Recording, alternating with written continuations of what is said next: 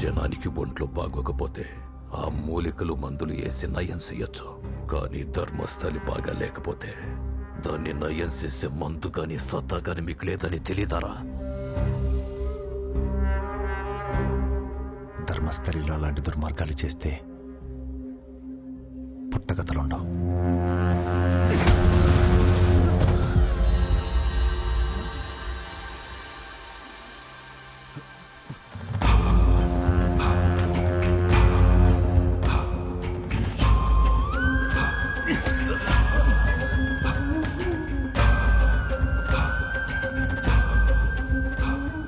రోజు మీ పాదఘట్టం నుంచి జీవధార దాటుకొని రావాలి.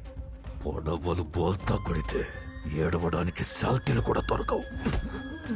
కొడకల్లారా.